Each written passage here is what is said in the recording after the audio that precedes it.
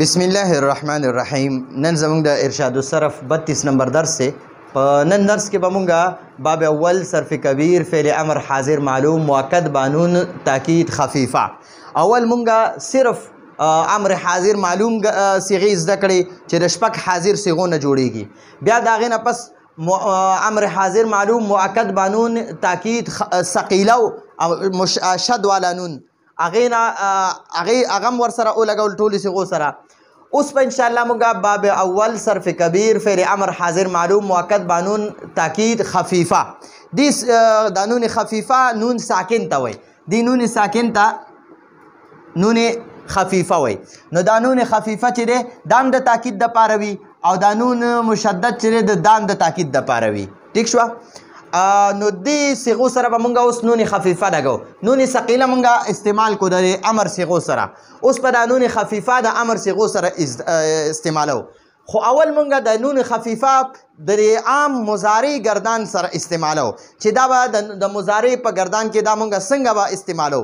نو یاد وساتئ دا نون ثقیله چې شد والا نون دا د فعل مضارع 14 صيغې دي 14 وانو سره نون خفیفه لګیږي. دا نون ثقیله دا شد والا نون د مضارع 14 وانه صيغو سره لګیږي. ګورئ اوس یضربن یضربان یضربن تضربن تضربان یضربنان تضربن تضربان تضربن تضربن تضربان تضربنان اضربن نضربن. نو دا ورسره نون ثقیله ولګو.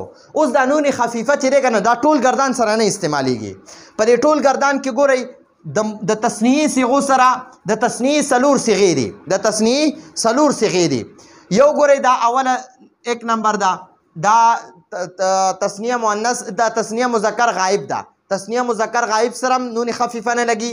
تثنیه مؤنث غائب سره نون خفیفه نه لګي. بیا تثنیه مذکر حاضر سره نون ثقیله نه لګي او د تثنیه مؤنث حاضر سره نون خفیفه نه لګيږي. دا دی ما بیا لیکلي دي.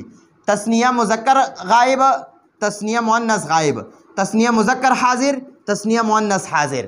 نو دا څلور د تثنیې صيغې دي. دې سره نون خفیفه بالکل نه لګيږي. اوس دوه نورې صيغې دي. یو چې دی د جمع مؤنث غائب دا یضربنا او یو د جمع مؤنث حاضر تضربنا. یضربنا او تضربنا یو یضربنا یو تضربنا. دې دوو صيغو سره نون ثقیله نه لګي. دا ما لیکلی دی. یضربنا هغه چې دی جمع مؤنث غائب او تضربنا جمع مؤنث حاضر. نو دې شپږو صيغو سره نون خفیفه نه لګيږي او نورو ټولو صيغو سره نون خفیفه لګيږي. څلور د تثنیې صيغو سره او دوه د جمع مؤنث صيغو سره نون خفیفه نه لګيږي. نو د شپږو صيغو سره نون خفیفه نه لګي او اتو صيغو سره نون خفیفه لګيږي. نو کوم صيغو سره چې نون خفیفه لګيږي هغه صيغو سره به څنګه لګيږي. دا یضربو دی نو دا به د نون خفیفه د وجې پرې پیش په زبر شي. نو دا به څه شي یضربن یضربن هغه یو سړی به خامخا وخل کوي. بیا د تثنیې دې سره بالکل نه لګیږي. دې سره نون خفیفه نه استعمالیږي.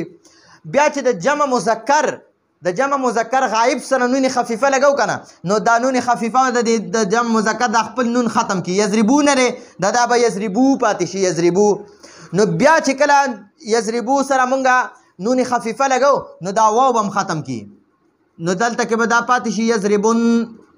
نو یضربن یضربن یضربن یضربن د غائب دوو صيغو سره استعمال شو. د غائب مذکر واحد مذکر غائب او جمع مذکر غائب دې دوو صيغو سره او د تثنیه مذکر غائب سره نون خفیفه نه لګيږي. دوه صيغو سره نون خفیفه استعمال شو. واحد مذکر غائب سره او جمع مذکر غائب سره دې سره نون خفیفه استعمال شو. اوس راځو د مؤنث غائب صيغو کې. نو ما خو تاسو ویلو چې د تثنیه صيغې سره نون خفیفه نه لګي او د جمع مؤنث غائب او حاضر دوانو صيغو سره نه لګيږي. نو د مؤنث دي کې به یوې سره ولګي. تضربو دی نو دا به پیش به زبر شي او دې سره به نون خفیفه ولګي. تضربن هغه یوه ښځه به خامخا وخل کوي. یضربن یو سړی به خامخا وخل کوي. یضربن ټول سړي به خامخا وخل کوي. تضربن هغه یوه ښځه به خامخا وخل کوي. اوس راځو د حاضر مذکر صيغو له. د حاضر مذکر صيغو کې چې کومه ده د تثنیه مذکر صيغه ده کنه تثنیه مذکر حاضر دې سره خو نون خفیفه بالکل نه لګيږي. دا ما ورته کلاس راښکلی دی.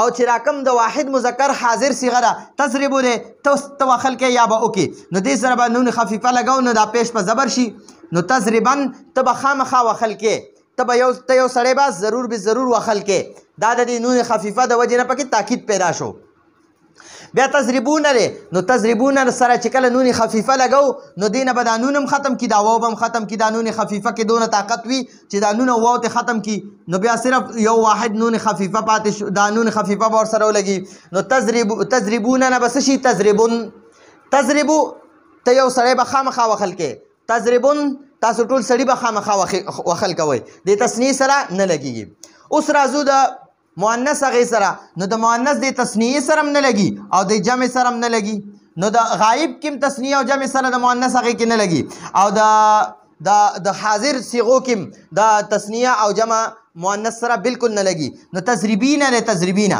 نو تضربینه سره چې کله نون خفیفه لګو نو دا نون ثقیله به دا نون اعرابي به هم ختم کی دا یا به هم ختمه کی نو دا تضربی پاتې شو دې سره به نون خفیفه ولګي تضربین ټیک شو او اضربو دی نو دا به څه شي دی نه به دا پیش ختم شي زبر به شي نو دا به اضربن شي او دا نضربونه به هم پیش ختم شي دا به هم زبر شي نضربن به شي نضربن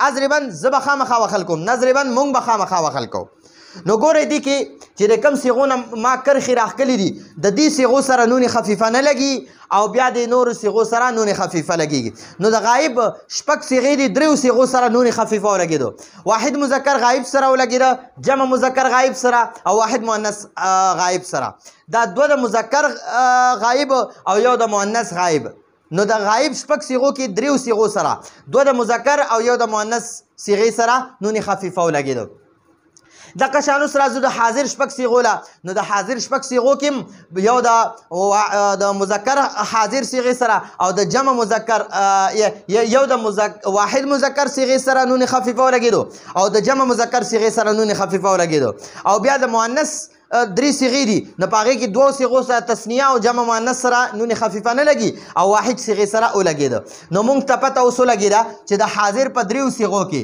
یو د واحد مذکر حاضر او یو د جمع مذکر حاضر دا واحد مذکر حاضر دې سره نون خفیفه ولګېدو او جمع مذکر حاضر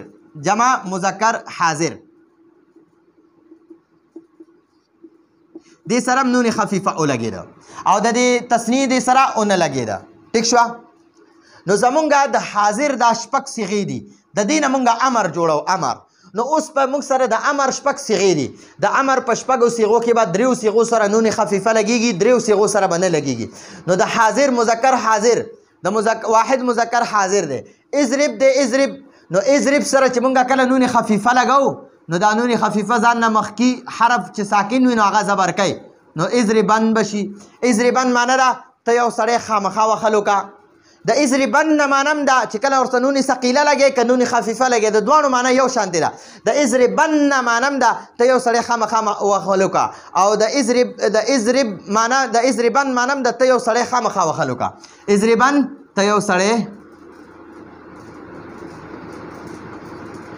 خامخا وخل وکړه ټیک شوه اضربن ته یو سړی خامخا وخل وکړه بیا د تثنیې سره خو نه لګي نون خفیفه بیا اضربو دی اضربو معنی تاسو ټول سړي وخل وکئ او دې سره چې کله زه نون خفیفه لګوم نو دا الف او دا واو به ختم کی نو دا به څه شي اضربون معنی ده تاسو ټول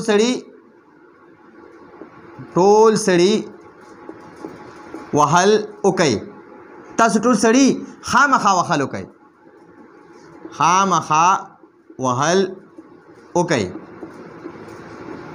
ٹھیک شو د تثنیې دې سره نون خفیفه نه لګېږي بیا دا ما د تثنیې صیغې بیا لیکلي دي چې دې سره هم نون خفیفه نه لګي او د جمع مؤنث صیغو سره هم نون خفیفه نه لګېږي نو اضربن ته یو سړی خامخا وخل وکړه اضربن تاسو ټول سړي خامخا وخل وکئ اوس د مؤنث صيغو لرازو نو د مؤنث وګورئ ما تاسو ته ویلي د تثنیې سره هم نه لګي او د جمع مؤنث سره هم نه لګي دا دې ما لیکلي د تثنیې صيغو سره هم نه لګي او د جمع مؤنث که د غایب صيغه وي او که د حاضر صيغه وي دې سره نون خفیفه نه لګېږي نو دې کې اضربي د اضربي نو دې سره چې کله مونږ نون خفیفه لګو تاکید پکې پیدا کوو نو دا یا به ختم شي نو دا به پاتې شي اضربن اضربن د اضربن معنی ده ته یوه ښځه خامخا وهلو کا ته یوه ښځه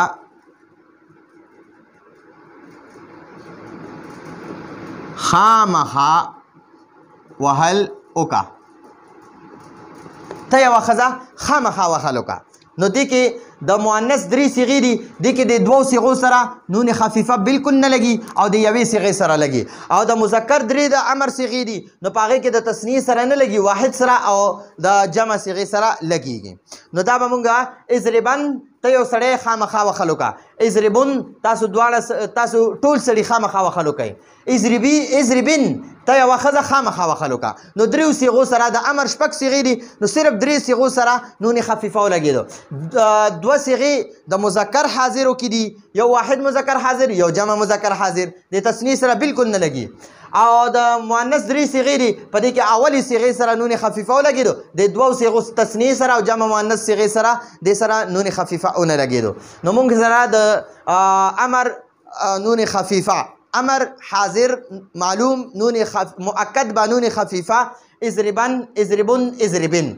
اضربن ته یو سړی خامخا وهل وکړه اضربن تاسو ټول سړي خامخا وهل وکئ اضربن ته یوه ښځه خامخا وهل وکړه نو دریو صیغو سره نون خفیفه د امر دریو صیغو سره نون خفیفه لګیږي او نون ثقیله اشد والا هغه د شپږ واړه صیغو سره لګیږي هغه د دریو مذکر صیغو سره هم لګیږي دریو مؤنث صیغو سره هم لګیږي او د نون خفیفه دوه د مذکر صیغو سره واحد مذکر او جمع مذکر او یو د واحد مؤنث صیغې سره نون خفیفه لګیږي نو راتلونکي درس پر اجازه غواړو هذا هو المرام والله أعلم بحقيقة الكلام